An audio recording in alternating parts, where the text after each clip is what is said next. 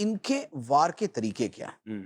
دیکھیں میرے خیال میں اگر مسلمانوں کے خلاف دنیا میں کوئی لابی سب سے زیادہ متحرک ہے تو وہ انہی کی ہے، ٹھیک ہے. اور جو اس کے طریقے ہیں میں اس میں سے ایک تو چیزیں عرض کرتا ہوں. ایک تو وہ طریقہ ہے کہ جو دنیا کے اندر مشنریز کے نام پر بہت سے غیر مسلموں نے کیا کہ بھئی کسی بھی جگہ پر میڈیکل کی فیسلٹی یا کھانے پینے کی سہولت، پیسہ، رفاہ عامہ کے کام آپ یہ کریں، ویزے. لوگوں کو کاروبار، لوگوں کو ویزے وغیرہ دیں، اور اس نام پہ وہ آپ کے قریب ہوں گے. دین کا علم لوگوں کو ہوتا نہیں ہے، اور زیادہ تر اس ارتداد کی طرف اور اس کفر کی طرف جانے والے وہی ہوتے ہیں کہ جو دین سے جاہل ہوتے ہیں. ایسا ہی. کیونکہ دین کا عقیدہ ہوتا ہے تو بندہ کہتا ہو بھائی مہربانی یار میں اس طرح کی چیز کی طرف میں نہیں آ سکتا، سوری میں نہیں ایسا، نہ ایسا بول سکتا ہوں، نہ ایسا مان سکتا ہوں، نہ ایسا کہہ سکتا ہوں، نہ ایسا لکھ سکتا ہوں. لیکن اگر مال کی محبت غالب ہو اور دین سے جاہل ہو، اب دونوں کا نتیجہ کیا نکلے گا؟ وہ بولے گا یار اگر مجھے اس وجہ سے یورپ کے فلاں ملک کا یا مجھے فلاں جگہ کا ویزا مل رہا ہے تو یہ ویزا ملنا ہے مال، اور یہ لکھنے سے ایسا کوئی فرق نہیں پڑے گا یا مان لینے سے کوئی فرق نہیں پڑے گا، یہ ہے اس کی جہالت.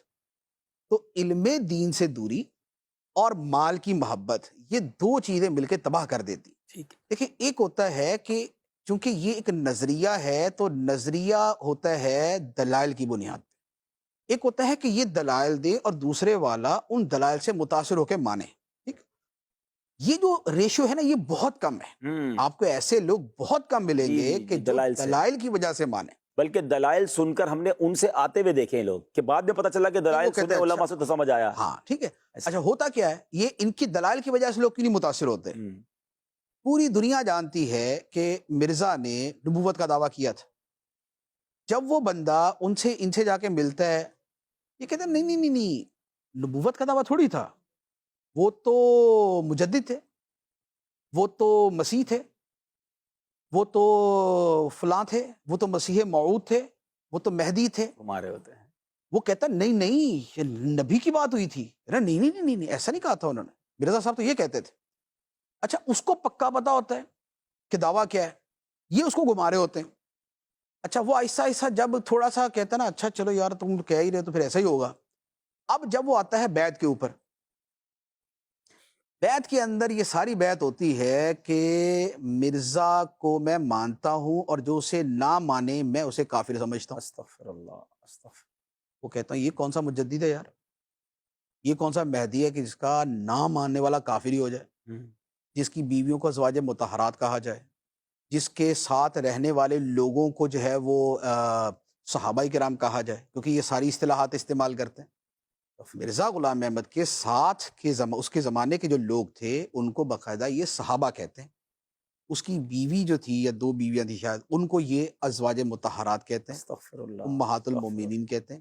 اچھا ادھر جو اس کو نہ مانے، اس کو تو خیر مرزا نے خود میرے خیال میں کوئی 1000 جگہ لکھا ہے کہ جو مجھے نہیں مانے گا وہ کافر ہے. کہتے ہیں یار مجدد کا یہ کہاں سے آ گیا کہ مجدد کو نہ ماننے والا کافر ہو. تو اب جب وہ بیعت کی باری آتی نا تو اب وہ جو بندہ کوئی دلائل سن کے قریب گیا بھی ہوتا کہ نہیں نہیں یہ تو نبی والی بات کر دی آپ نے. یہ بولتے ہیں نہیں یار وہ نبی نہیں، نبی نہیں تو نہ ماننے والا کافر کیسے؟ یار وہ اصل میں کچھ یوں ہے تو کچھ یہاں آ کے یہ سیٹسفائی نہیں کر پاتے. اس کا نتیجہ یہ ہوتا ہے کہ وہ بندہ جو دلائل کی وجہ سے گیا ہوتا ہے وہ آخری مرحلے پہ جا کے واپس آ جاتا ہے. جب اس کو پتا چلتا ہے کہ مجھے کہا کچھ اور گیا تھا نکلا کچھ اور ہے، مجھے تو پیسٹری کہا گیا تھا آگے سڑا ہوا بسکٹ نکل آیا، تو لہذا میں تو یہ قبول نہیں کروں گا. جاہل لوگ چلے جاتے یہ جاہل. اچھا لیکن جو لوگ جاتے ہیں مال کی محبت کی وجہ سے دنیا کی اور علم دین سے دوری اور جہالت کی وجہ سے، تو چونکہ ان کے لیے یہ چیزیں ہوتی نہیں ہیں، وہ تو ویسے ہی خاسرت دنیا والآخرہ، اور جسے کہا جاتا ہے کہ انہوں نے آخرت کے بدلے دنیا خرید لی، آخرت کو بیچ دیا دنیا کو خرید لیا. جو اس چکر میں جاتے ہیں ان کے سامنے جتنا مرضی کچھ کھل کے آ جائے وہ بولتے ٹھیک ہے یار دیکھی جائے گی، نو نقد نہ تیرا ادار، آخرت کس نے دیکھی ہے. اب وہ اس چکر کے اندر جا کے وہ دوسری طرف. آپ کو یاد ہوگا امیر علیہ سنت نے اپنے بیانات میں اس موضوع کو کتنا شروع سے کوشش کی تھی کہ جو وہ اپنے صلی اللہ تعالی علی محمد لکھ دے یورپ میں جانے کے لیے، ویزا بعض ممالک میں جانے کے لیے، یہ تھا کہ اگر آپ خود کو قادیانی لکھ دیں گے تو آپ کو ویزا مل جائے گا.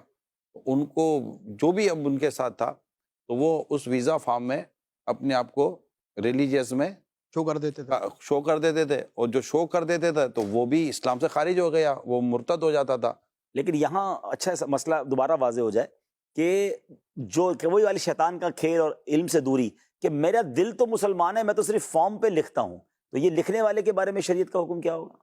دیکھیے جو دین کا معاملہ ہے اور ایمان کا معاملہ ہے وہ اس قدر سینسیٹیو ہے کہ اس میں جو بندہ زبان سے بھی بول دے گا نا وہ 100% وہ خارج ہو گیا. اللہ، اس میں یہ نہیں ہے کہ دل میں نہیں تھا اور صرف زبان سے بولا. زبان سے کلمہ کفر بولنے کی جو اجازت ہے وہ قرآن مجید نے واضح طور پہ صرف ایک صورت میں دی ہے. فرمایا الا من اکرہ، کہ جو مجبور کیا گیا، اکرا کیا گیا کہ جان سے مار دیں کہ بولو کلمہ کفر. الا من اکرہ وقلبہ مطمئن بالایمان، تو دل ایمان پر مطمئن ہو اور زبان سے جو بولا وہ اکراہ کی وجہ سے. اکراہ کا مطلب ہے کہ جان سے مار دینے کی سچی دھمکی، صحیح دھمکی، کہ واقعی نہیں عمل کرے گا تو وہ مار دے گا وہ. تو قرآن نے صرف ایک صورت کی اجازت دی ہے. اس کے علاوہ جو صورت بھی ہوگی کہ جس میں وہ زبان سے یا تحریر سے اگر وہ اپنے آپ کو کافر کہے گا وہ کافر ہو جائے گا.